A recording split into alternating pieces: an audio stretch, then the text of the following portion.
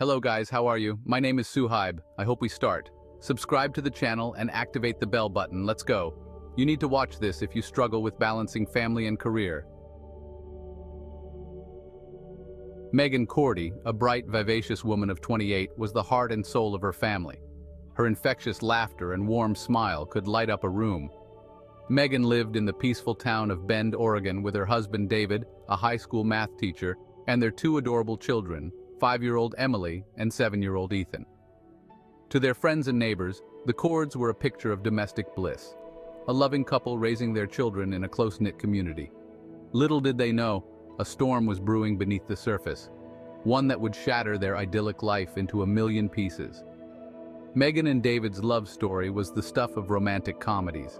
They met at a local farmer's market, their eyes meeting over a basket of fresh peaches. Their connection was instant, their shared love for the outdoors and their down-to-earth personalities cementing their bond. They built a life together, their home filled with laughter, the aroma of freshly baked cookies, and the joyous chaos of two young children. Meighan was the life of every gathering, her infectious energy drawing people to her. David, though quieter, was her perfect counterpart, his calm demeanor balancing her exuberance.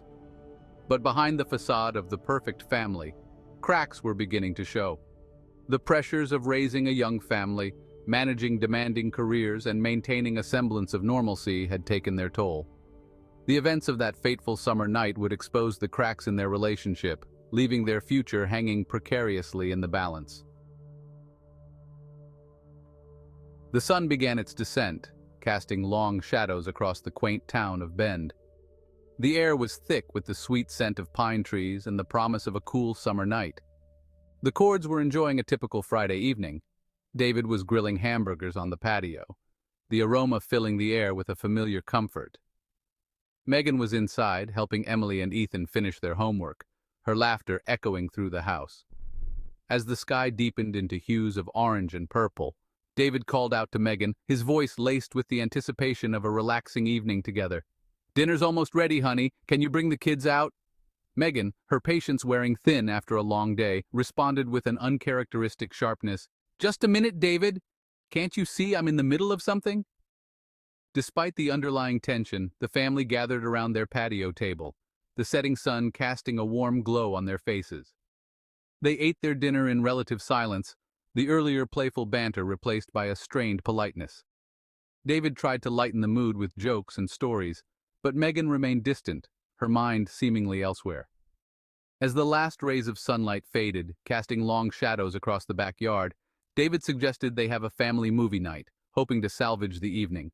However, Meighan declined, citing a headache and a need for some quiet time. As the evening progressed, David settled the kids in for the night, a familiar bedtime story momentarily pushing aside the unease that had permeated the house. He tucked them in, kissing their foreheads and whispering goodnight. He retreated downstairs, the quiet of the house amplifying the absence of Meighan's usual lively presence. He walked past their bedroom, noticing the light was still on. He hesitated for a moment, debating whether to check on her, hoping her headache had subsided. He knocked gently on the door. "Meighan, you okay in there?" Silence. He knocked again, this time a bit louder, his concern growing with each passing second. "Meighan, it's me, David, can I come in?" The only response was the unsettling silence from the other side of the door. He tried the doorknob, finding it unlocked. He pushed it open slowly, his heart pounding in his chest. The room was empty. David's mind raced, trying to rationalize Meighan's absence. He checked the bathroom, the backyard, every nook and cranny of their house. She was nowhere to be found. He called out her name, his voice echoing through the empty rooms, a chilling emptiness replacing the earlier unease. He checked his watch. It was almost 9 p.m. Meighan had never just disappeared like this before.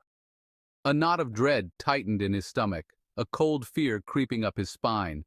This was not like her. Something was terribly wrong. David's first call was to Lisa, Meighan's older sister and confidant. He hoped Lisa might have heard from Meighan. Maybe she had just needed to vent and had gone to her sister's for a shoulder to cry on. The phone rang, each ring echoing the frantic beating of his heart. Lisa answered on the third ring, her voice laced with concern. "David? What's wrong? Why are you calling so late? His voice cracked as he tried to sound calm. Lisa, it's Meighan. She's gone. She's not here. Lisa's cheerful tone instantly evaporated, replaced by a chilling alarm. What do you mean she's gone? Gone where? When was the last time you saw her? She bombarded him with questions, her voice sharp with worry. David, his voice thick with panic, recounted the events of the evening. The tense dinner, Meighan's retreat to their room, her disappearance, and his futile attempts to reach her. With each detail, Lisa's concern escalated, her mind racing to make sense of the situation. Have you called the police, David? She asked, her voice a mix of urgency and fear. David hesitated, a part of him still clinging to the hope that this was all a misunderstanding, that Meighan would walk through the door any minute with a perfectly reasonable explanation. No, not yet, he admitted, his voice barely a whisper. Lisa, her voice firm and resolute, cut him off. David, this isn't like Meighan. Something is wrong. You need to call the police right now. News of Meighan's disappearance spread through the tight-knit community of Bend like wildfire. The Cords were a beloved family. Their absence felt keenly in the usually vibrant neighborhood. Neighbors gathered on porches, their hushed whispers a testament to the growing unease that had gripped the town. The idyllic facade of their peaceful community had been shattered, replaced by a chilling uncertainty. The fear was palpable, a silent dread seeping into the heart of their once tranquil haven. The local news picked up the story. Meighan's smiling face, frozen in time in a happy family photo, flashed across television screens, a stark contrast to the grim reality of her disappearance. The community, accustomed to heartwarming local stories and the occasional lost pet announcement, was now confronted with a chilling mystery that struck at the very heart of their sense of safety.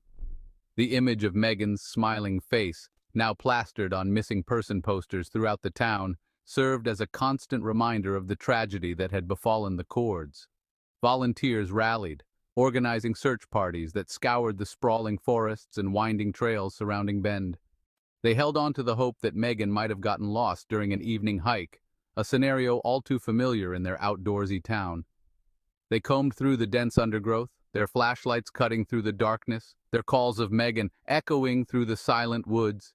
Each unanswered call, each rustle of leaves that turned out to be nothing more than the wind, chipped away at their hope, replacing it with a gnawing dread.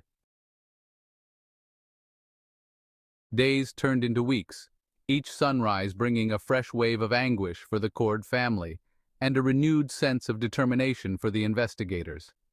The initial shock had given way to a grim acceptance of the situation, a steely resolve to find Meighan, or at least uncover the truth of what happened that fateful night. The community, though shaken, rallied around the family, offering support in the form of home-cooked meals, childcare help, and a shoulder to cry on. Their once peaceful town had become a hub of investigative activity, the constant hum of the case a stark contrast to their normally tranquil existence. The police, working tirelessly, followed every lead, no matter how small or insignificant it seemed. They meticulously pieced together the timeline of Meighan's last known movements, interviewing anyone who had interacted with her in the days leading up to her disappearance. They scrutinized phone records, financial transactions, and social media activity, hoping to find a clue, a pattern, anything that could point them in the right direction. The pressure was immense, the weight of a community's hope and a family's desperate pleas resting on their shoulders. Then a breakthrough, or so it seemed. A group of hikers reported finding a woman's purse discarded near a popular hiking trail just outside of town. The purse, identified as belonging to Meighan, contained her ID, credit cards, and a small amount of cash. The discovery sent a jolt of hope through the community, a collective sigh of relief mixed with a surge of anticipation. Could this be the break they had been waiting for? Could Meighan be alive, lost and disoriented, but alive? The discovery of the purse shifted the focus of the investigation. Search and rescue teams were immediately dispatched to the area, their efforts intensified, fueled by renewed hope.